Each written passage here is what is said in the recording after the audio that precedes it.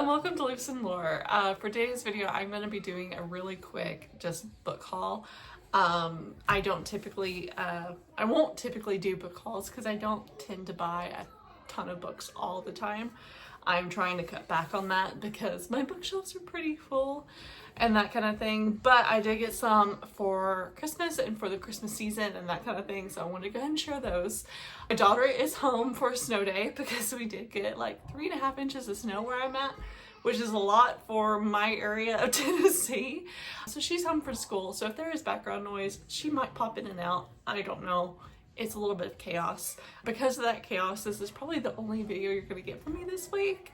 So sorry about that, but it's been hectic. So without further ado, let's get into my books that I got this past December / the first-ish week of January. Some of these I did get like the first week of January. So anywho's, the first one up is actually a trilogy set, and this was my book club book exchange book. So this is The Pillars of the Earth by Ken Follett. It is a historical fiction centered around, I want to say, like medieval, like Paris and Italy and such. I don't know the exact setting yet, but this is about the construction of like these cathedrals and what they mean, and I don't really know if there's something more to that or if it is just literally our cathedrals and it's just like the history and the kind of dramatized version of that. I do know that these books are told within different like timelines but connected, so I'm interested in that. And I did get to book 1 and then book 2 and 3 and this little pamphlet, which is really cool, that came with the box set. So this is a heft of a TBR to add to my shelf, but I'm really excited to get to this. I do know that the person who gave it into the exchange, it's one of their favorite books that has been trying to get me and others to read it for a while. So I'm supposed to try to read this in January. I don't know if that's going to happen. So I'll be honest with you there that I don't think this is going to happen in January, but I will for sure try to get to it this year at some point. Next is a box set that I actually got for Christmas.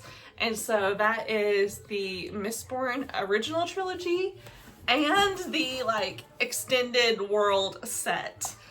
This is really, really cool. I got it from my parents and I am so excited because now I can go through and read these anytime I want. I don't have to wait on like library holds and stuff to come in for them. And it's just the really nice floppy paperback sets. This is really, really cool and excited to add this to my set of Sanderson. As you can see, there's a huge hole in my shelf because this is where these are setting at the moment. Mistborn is a fantasy world in which there are elemental magics based on the metals that you ingest, and the different metals give you different powers. And it is about Vin, who is figuring out that she has these Mistborn abilities and joining this group to basically overthrow the regime that has been in power for thousands of years. Hey, it's editing me. I was sitting here and realized that I never mentioned that I do have a full Mistborn The Final Empire Book 1 review out. So I will link that up above so that we can check that out if you want to actually know more about the synopsis and my thoughts and everything on that. So definitely loved this book. It was a 5-star read, so I cannot wait to delve more into the series, and now I'm so excited that I have them all. Next is a book that I got from the used bookstore, and I was so excited that this was here because I just read this back in November, and that is The Rise and Reign of Mammals by Steve Buscemi, or Buscemi, I think is how he pronounces it. This is the second book in his, I guess, nonfiction series. I don't know if it's really a series, but they are kind of tied together. And the first one being The Rise and Fall of Dinosaurs. This one follows mammals and the history that they have had throughout the millennia of years. I really, really enjoyed this, and I was so excited that it was there and able to get it and get a hard copy at a used bookstore. It's just super, super cool. So definitely loved this one and glad I can add it to my shelves. Next is also two that I have already read, and I got these from my libraries, like Friends of the Library bookstore that they have. So everything in there is either copies that they are taking out of rotation within the library or has been donated to the library for sale. And so the money all goes straight to my library, and I was shocked to find this one, but I'm really excited about it. This is The Sea of Tranquility by Emily St. John Mandel. I already own this book, so I will be giving my book either to a friend from book club if one of them wants it, or taking it to the used bookstore or the library myself. But this is the Barnes & Noble edition, so it's a sprayed edition. And I couldn't pass this up, especially for it only being $1 to go ahead and get a exclusive edition of this one. I was so excited.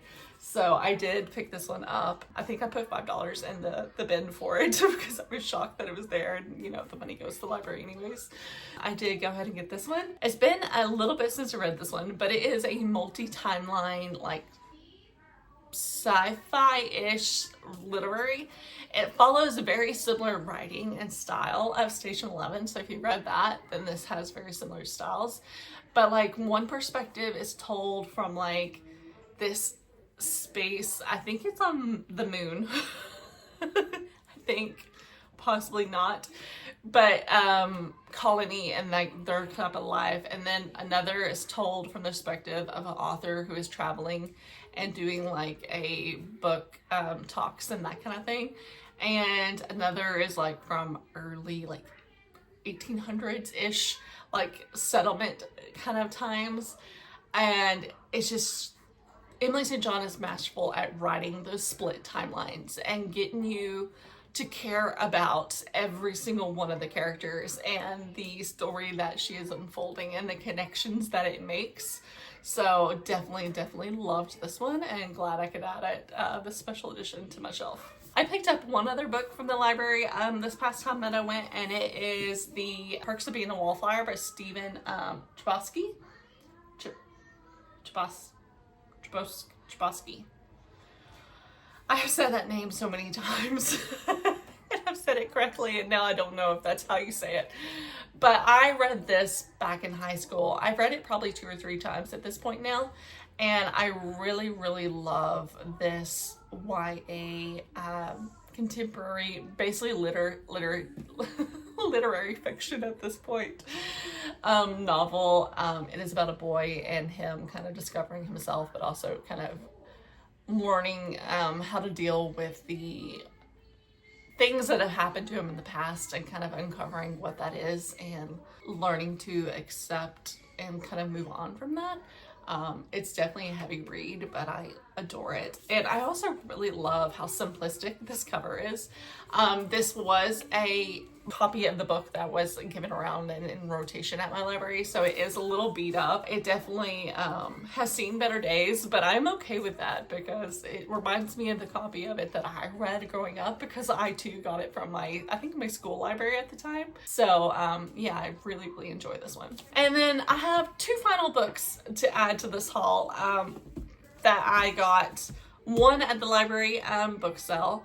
But both of these are unread, so I can't really give you too much of a synopsis on these because I don't know fully what they're about. So the first one is from the library book sale, and that is Gulp by Mary Roach. I had said when I read Stiff that I wasn't sure if I was going to pick up any more of her books. And I have Packing for Mars on my shelf, so I knew I was going to pick that one up. But this one was at the library book sale, and it was like right after I'd finished Stiff, and I was like, it's meant to be that I should pick this up. So I did. And I think the fact that some of this is more new-ish science to me, maybe that will make it more interesting than what Stiff was. I didn't think that Stiff was a bad book, but I had read other books related to the topics, and therefore I felt like I knew a lot of the information going in, where this is a lot of it completely unknown. So that's why I decided to give this a go. 1, because it donates money to my library, but 2, because I felt like if there was going to be one that really gave me an idea of if I liked her writing, this one would be it, because it is so outside of my knowledge that it should give enough credit to the information and the knowledge that she is like giving to you as a reader. So yeah, that's why I ended up going ahead and deciding to pick this up and have it on my nonfiction TBR for the year. And the final book that I am super excited about was also a book that was a part of my Christmas book club exchange. And I wanted both of the books so bad. So I ended up getting the Ken Follett, which I'm super excited about. But this one I was so excited about too. And quite sad that I didn't get it. And so literally like the week later, I went to the used bookstore and it ended up being there. So therefore I was like, it was meant to be. And that is The Tainted Cup by Robert Jackson Bennett. This is his new fantasy novel that came out this past year. I loved Foundry Side by Robert Jackson Bennett. I still need to finish that series though.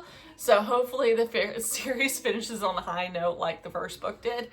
But everything about this that I've heard, I think I'm gonna love it. I don't know anything about the synopsis, to be honest. Who knows what it's about, but the fact that I loved Foundry Side and it's by the same author and it's getting a lot of hype meant that I was okay picking this up at the used bookstore. One of you, if you want to let me know, this didn't come with a dust jacket, but it's like printed on the hardcover. Is that supposed to be the case, or is this one just missing a dust jacket? Which, I mean, like everything's on it, like printed on it, so it made me think that maybe this doesn't have a dust jacket. But that's kind of surprising because most books do nowadays, and the printed hard back like design is very uncommon.